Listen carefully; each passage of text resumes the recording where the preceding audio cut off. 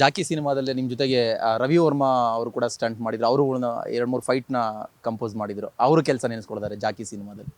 ಇದು ಏನಾಯಿತು ಜಾಕಿ ಸಿನಿಮಾದು ಅದು ನನಗಿನ್ನ ಏನು ಅನ್ನೋದು ಗೊತ್ತಾಗ್ತಾ ಇಲ್ಲ. ಈಗ ಜಾಕಿ ಸಿನಿಮಾದಲ್ಲಿ ಫೈಟ್ಸ್ ಎಲ್ಲ ತುಂಬ ಚೆನ್ನಾಗಿ ಬಂದಿದೆ. ಫೈರ್ ಫೈಟ್ ಮಾಡಿರೋದು ನಾನು.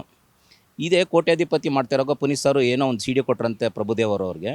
ಪ್ರಭುದೇವರು ನೋಡ್ಬಿಟ್ಟು ಏನು ಫೈಟು ಇಷ್ಟು ಚೆನ್ನಾಗಿ ಮಾಡಿದ್ದಾರೆ ಫೈಟು, ಯಾರು ಅದು ಫೈಟ್ ಮಾಸ್ಟರ್ ಕರೆಸಿ ಅಂದ್ಬಿಟ್ಟು ಏನೋ ಅವ್ರ ಅಸ್ಟೆಂಟ್ಗಳಿದ್ದಾರೆ. ಅವ್ರ ಅಸ್ಟೆಂಟ್ ಏನು ಮಾಡಿದ್ದಾರೆ, ಫೋನ್ ಮಾಡಿದ್ದಾರೆ. ಫೋನ್ ಮಾಡಿಬಿಟ್ಟು ರವಿ ವರ್ಮನ್ ಮಾಡಿದ್ದಾರೆ. ರವಿ ವರ್ಮ ಫೋನ್ ತೆಗೆದ್ಬಿಟ್ಟು ನಾನೇ ಮಾಡಿರೋದು ಈ ಫೈಟ್ನ ಅಂತ ಸುಳ್ಳು ಹೇಳ್ಬಿಟ್ಟಿದ್ದಾರೆ. ಆಮೇಲೆ ಸರಿ ಆಯಿತು, ಕರೆದ್ರು ರ್ಯಾಂಬೋ ರಾಜ್ಕುಮಾರ್ ಕರೆದ್ರು. ಅಲ್ಲಿ ಶೂಟಿಂಗ್ ಮಾಡ್ತಿರಾಗ ಸೇಮ್ ಫೈರ್ ಫೈಟು ಅಲ್ಲಿ ಕ್ಲೈಮ್ಯಾಕ್ಸಲ್ಲಿ ಒಂದು ಫೈರ್ ಫೈಟ್ ಇತ್ತು.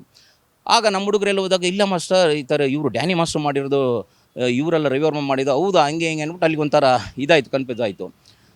ಆಮೇಲೆ ಸರಿ ಇವಾಗ ಯಾವುದೇ ಈಗ ರವಿ ವರ್ಮನು ಇಂಟರ್ವ್ಯೂಲಿ ಹೇಳ್ಕೊಂಡಿದ್ದಾನೆ, ಪ್ರಭುದೇವನ್ ನಾನು ಏನು ಕರೆದು ಅಂದರೆ ಜಾಕಿ ಫಿಲಮ್ ಫೈಟ್ ನೋಡ್ಬಿಟ್ಟು ಕರೆದ್ರು ಅಂತ. ಜಾಕಿ ಫಿಲಮ್ ಫೈಟ್ಲಿ ಕರೆದ್ರು ಓಕೆ, ಅದು ಯಾವ ಫೈಟ್ ನೋಡ್ಬಿಟ್ಟು ಕರೆದ್ರು ಅದು ನನಗೊಂದು ಕನ್ಫರ್ಮ್ ಆಗಬೇಕು.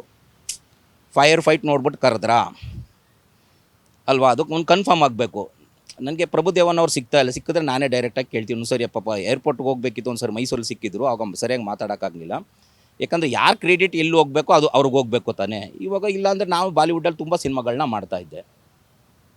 ಅದೊಂದು ನನಗೆ ಮನಸ್ಸಿಗೆ ತುಂಬ ಬೇಜಾರಾಗುತ್ತೆ ಆ್ಯಕ್ಚುಲಿ. ಯಾರು ಫೈಟ್ ಮಾಡಿದ್ರು ಈಗ ಫೈರ್ ಫೈಟ್ ಮಾಡಿದ್ರಾ ಇದಕ್ಕಿಂತ ಚೆನ್ನಾಗಿ ನಾನು ಮಾಡಿಕೊಡ್ತೀನಿ ಅಂತ ಅನ್ಬೋದಾಗಿತ್ತು.